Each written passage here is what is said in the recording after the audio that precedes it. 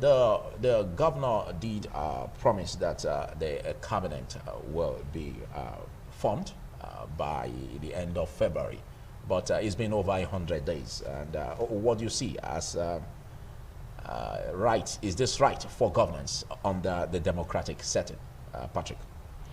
Well, the governor has spoken, and at times things could happen, and we gave man propose and God disposes. So, yes, but again, we must look at it from two angles. Why the delay?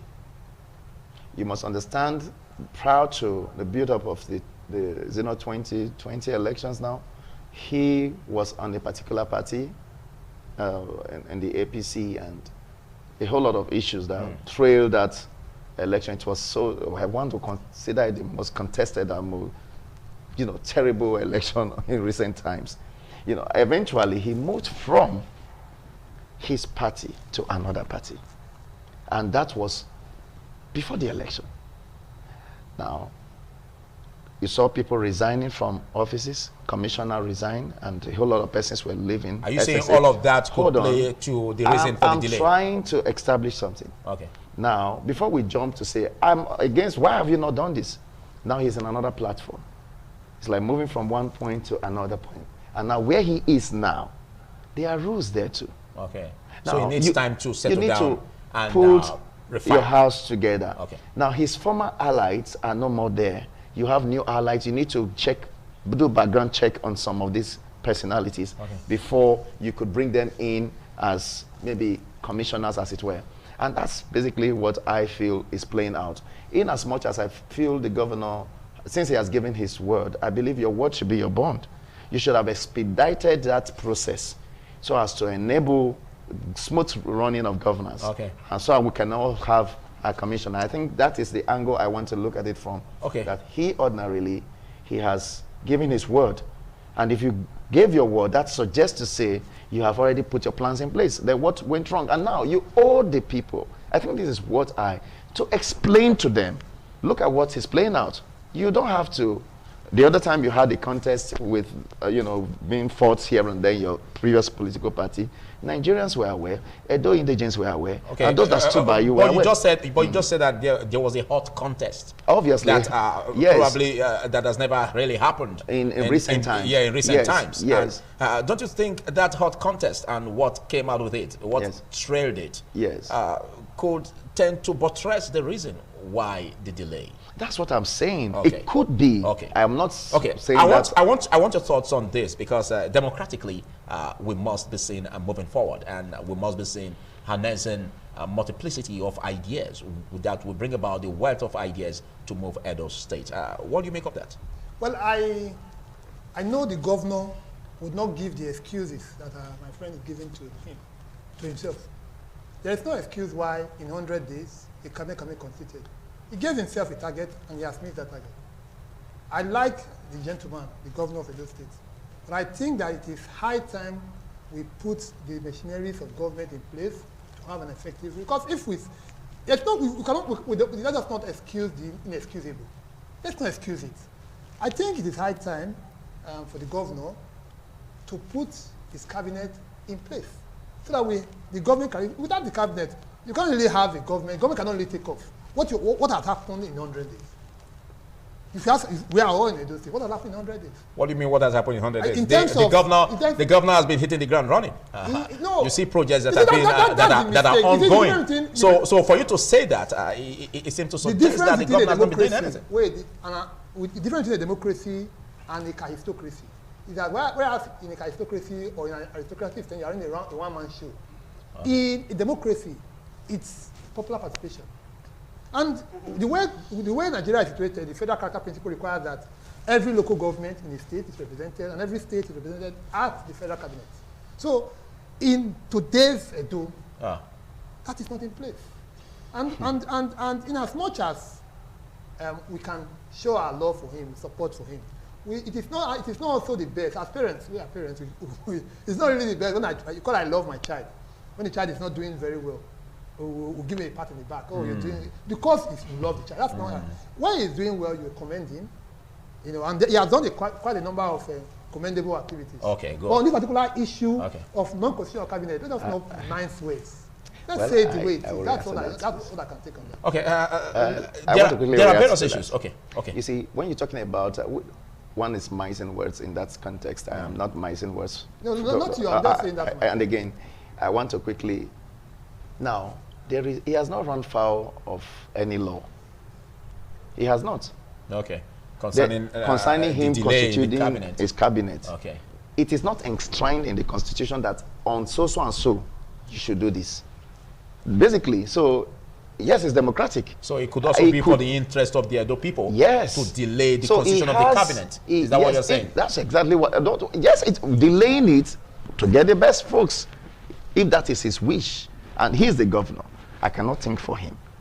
And if in 3 months or 100 days, as the case may be, he have not been able to put the whole team together, I don't think there's nowhere in our constitution. Okay, but what's the nudge? What's the nudge in this direction? Because it's vitally key. We are not in a debunking or democratic disputing that setting fact. to hit But the I'm ground also running saying with, here, a constituted yes, cabinet. you need your constituted cabinet. But you need, obviously, you need it. Okay. We are not saying you don't need it, but you don't need to rush at it because you want to get people in the cabinet. So you want them to come in. You have to sit down. You have to be meticulous. You have to check properly. I just made Sean look at what happened hitherto. Okay, but setting up a cabinet after yes, I setting up mentioned a what cabinet happened hitherto. in 100 days. Yes. Is it a rush? Of course, it could be a rush. Let me make You it are not the governor. You don't know what's in his mind. You don't know what he's intending to do. Okay, Brian. It could be a rush. Two things to note. One is that it's not a fresh governor. This guy has been there. Notwithstanding, it was in another political platform. It's not a fresh governor. He has been there for 4 years. Obviously. And in the hula baloo that happened in the course of his seeking a second term, Okay. he knows his men. Second point I'll make is that, make no mistake about it, there will be no surprises. You're not going to see an unknown face. It is still these same gladiators that are going to eventually make his cabinet. He already knows his men. I think that maybe they are that. That's why I said that the governor will not give himself the excuse. Because I know the guy is a very straightforward person. He will not give himself the excuse that we are giving him now. Okay. Let's think we allow should that wait to settle. we should Let's wait allow and that let to the settle. governor speak then. There's this much heated debate about the 30 billion naira Benin stormwater project. What are your thoughts on this over the statement credited to the governor on The probing the the whole contract? Yeah, and prosecuting if need be. I don't think there's anything spectacular or special about that. Or wrong? There's nothing wrong. Probe. There's nothing wrong. Anybody could be probed. When you find anyone in doing something not right. Now the governor had said, I'm going to do this. But my only challenge is it shouldn't be what we sit down debates as in, or the governor should start hinting on that, or so to speak. Or making it political. Making it, there's nothing. It's one Or of going those political. Going political. That is not what it should be, the order of the day. Now, like I earlier mentioned to you, we were at the criminal court a couple of days. It's not yesterday now. Yes, I know we have some people being prosecuted. You don't know them. Do you know them? The media didn't get their names. There are a lot of Nigerians being prosecuted and they are in court and they have all manner of issues. Nobody talk about Their them. data weren't captured. We don't need to give these men so much attention.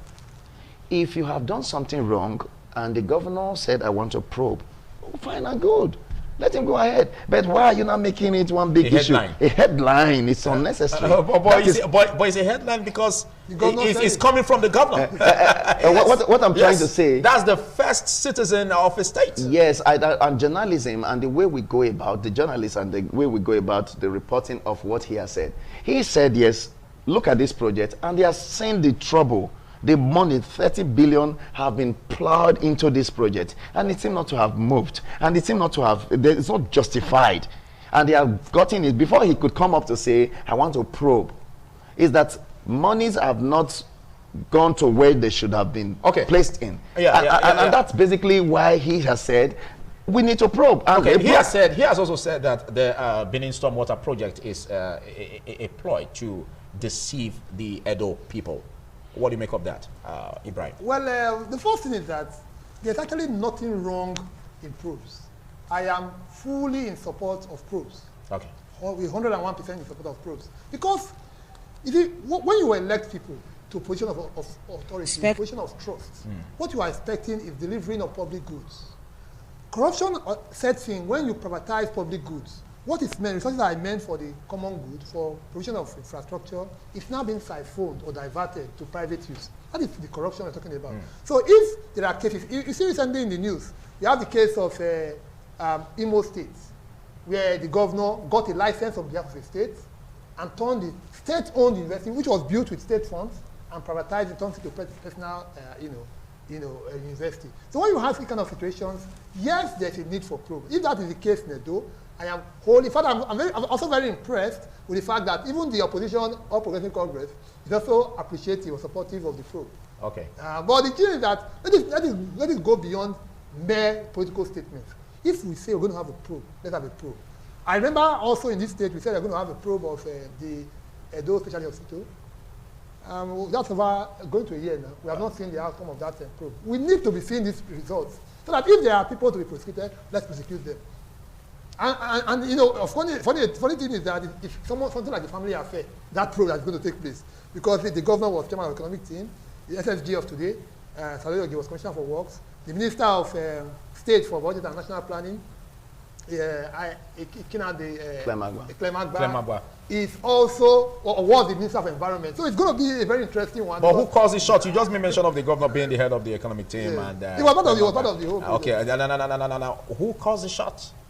No, today we have a governor. No, yeah. So in that regard, isn't the governor excused, as in the present governor, why he was the head of the economic team? Well, I think if there's going to be a probe, let there be a probe, and if it's public, let the facts be laid on the table for all to see, and then of course we now see what outcomes or what recommendations the panel comes up. Okay, Ibrahim just raised up an issue, and there are some who also suggest, say that. For the fact that the governor was one time a member of the team and head of the economic team, yes. That does not make him in charge of the whole project, because one person calls the shot, and that is the office of the governor. Yes, so what do you make of that? I agree that, you know, for him to say what he was part of and he wants to probe, I think he should be applauded for that. Okay. In the first instance, okay, because some persons will say, no, I don't want my name. I don't want to be fingered. You know, somebody may come up and say something. That means he is going to be appearing to. He's going to give his own part of it. I was this, I was that, this and that. Now, I want to quickly say something. So that's a spectacular courage. Yes, I want to quickly say something with respect to the talk on we want to probe the EDO Specialist Hospital. You remember that Justice Oyami was panel came up, and their findings is there. And you must understand that criminal prosecution does not have time lag. Okay. So it's not an issue of maybe we don't have to go into prosecution now. Now the report is there. So it has not been swept under the carpet? It has not been swept under the carpet. Fayoshi is standing trial today. What he did is not yesterday. It happened in the 2003 or thereabout when the poultry 2 billion issue. That's what he's standing trial for. So it doesn't have time lag. And if I know talks have said, well, he was head of the economic team, and for that singular reason, he should not, he's going to be part of it. Oh, yes, he's going to give his own part of it. And if he's found wanting, that is civilized order. He will be prosecuted too. If a man is telling you, I want this to be probed, yes, I was head of economic team. They have even said your average first company got some percentage and all of that. Oh, cool. Yes, all right. His company got percentage on what? Was it bribery or was it for service rendered? If it was for service rendered, there's nothing wrong with that. So I don't see anything wrong in him probing. And who those say why is he going about the probe? He's trying to get at his enemies. Oh, for crying out loud, if you are post state fund and you are appropriating to yourself, you are a criminal. You just done something wrong, and you should be probed. And I don't see anything wrong. I have been probed. I've stood trials on my own as a person in my personal capacity. We've been having this issue of there's nothing wrong with that. We've been having this issue of flooding, and the governor is having a strategy in place in deflooding Bini and other environs in the state. What do you make of this laudable steps by the governor? Well, I like to commend every effort, that makes life more meaningful and more, better for the people. And so the action, when we see the footage, everyone has, in course of the interaction, it was played, the audience or the viewers were able to see too. We saw serious work going on. It's commendable.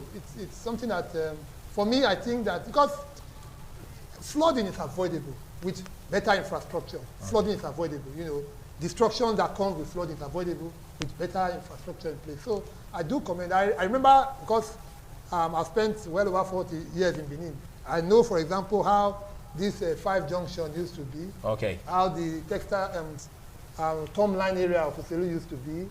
I know That's true. there are times when governors don't even That's come true. to Bowo, Oselu Agis at all. Yeah, Even correct. the Adolo junction area. no-go area. These are no-go areas. So it was only by acts of, you know, infrastructural revamping, Yeah. you know, that we moved from the children who are born today will not know what how Benin was. And so I'm very also impressed by the effort that is going on by this current administration, particularly in the textile main road as this, particularly with the footage we have seen. Okay. When this thing is completed, I'm sure it will be a better deal for, you know, the people. Okay, thank you. Your final words on this 0.3 kilometers. segment. Well, like you rightly established, we are so delighted also to see what is going on in the States. I am personally impressed, but I feel they should, you know, jig it up more and be a little bit fast in what they're doing, so as to not to wait for the rainy seasons to come, and then we'll start having issues again. I think I commend those that have put their hands together to ensuring things go well. Okay. The governor and himself and his team, they're doing their bits, and we encourage them to do more. And the security, most importantly, we should not sleep on it and allow these evil-minded folks to keep killing our innocent people around. I think that's my final word. Okay. Well, before I let you go, what's your what are your thoughts in respect of the ban on night grazing, Ibrahim, in Edo State? Wonderful idea. Nigeria ought to have gone beyond, you know, nomadic grazing, or which is even now done at night, where when it's under the cloud of you know, darkness.